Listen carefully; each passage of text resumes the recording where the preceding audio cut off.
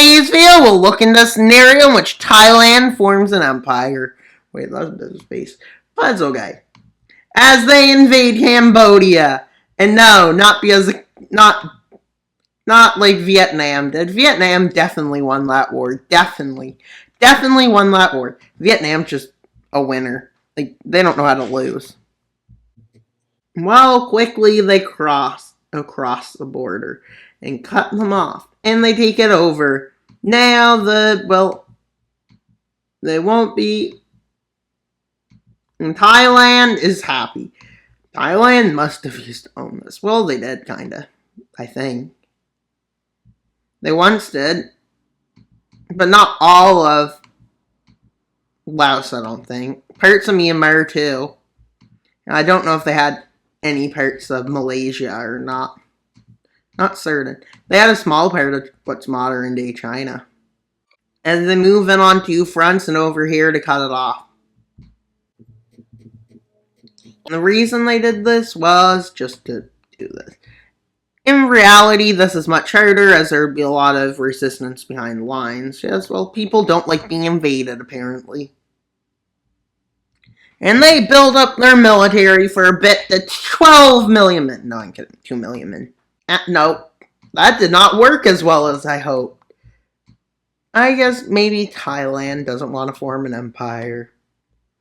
And they quickly move in and take the capital of Vietnam. And they also take a big chunk of a few southern cities. And they cut it off in the middle. But within a few days, rebellion starts up here and manages to capture these lands. Another rebellion breaks out over here, and another one breaks out over here, with another one here. Yeah, this front is a bit of a mess. As they advance in more. As they quickly start seizing the north. And south. But the more they try, the more the resistance becomes. They focus on capturing the north and stopping this resistance for a bit. Which goes not that great. With a lot of rebels showing up in the south, seeing that they're focused there, Vietnam manages to capture their southern area. Which is not something that Thailand is a big fan of. That was not great. But the north finally falls and resistance starts happening less. As they solidify their gains, moving slower to solidify, to prevent as much rebellion. Because rebellion isn't great when you're dealing with imperialism. Well, one nation of the north doesn't like them, but they're in for a big shock. I wonder how good the military of China is, because I haven't been in a war with it lately. So how would we know? And then, well, they didn't declare war. Well, China wanted all their resources. Yes, that's exactly why. And they start moving in. With the goal of capturing all of the South China Sea coast as they land here. And move towards Bangkok. And then they land over here. Isn't, the real name for it, 100 words? Literally. Well, this isn't going well. But Thailand launches a counteroffensive over here. Pushing back so far that China split into two fronts. China continues its advance in the north, with their advance in the south starting to fail as many nations start sending them money. Except Malaysia and Myanmar, because they think they're next. Well, China starts capturing more lands. But with one offensive, China is forced to withdraw from the south. And before they can do anything, quickly these troops are moved north. Well, this area is forced to retreat due to lack of resources, as China proves to be very incompetent. As they move into southern China, they move across the coast to try to force a surrender. They take this island just because. And in this front, they're just moving into this area. Well, China launches a counteroffensive, but it doesn't yield what they think. And they're getting embarrassed, both politically and geopolitically, I guess. And well, it does not look good for their economy.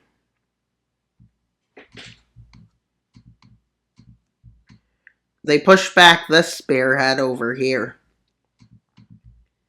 But with the failures, rebellion and civil unrest happens.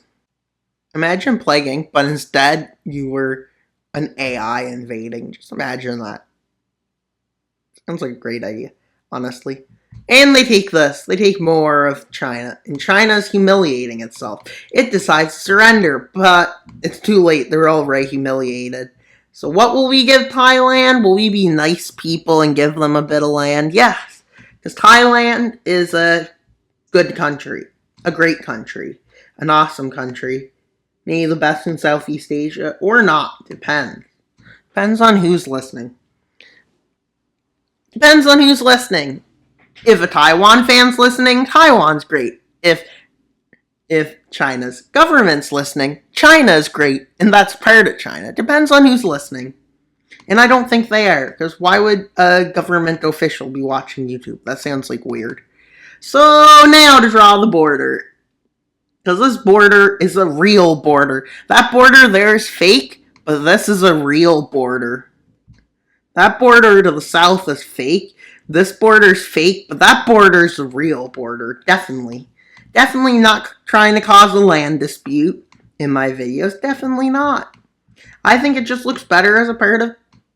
We should give Taiwan to. Just make it a part of Canada. You know what? You should make China a part of Russia. And America a part of Canada.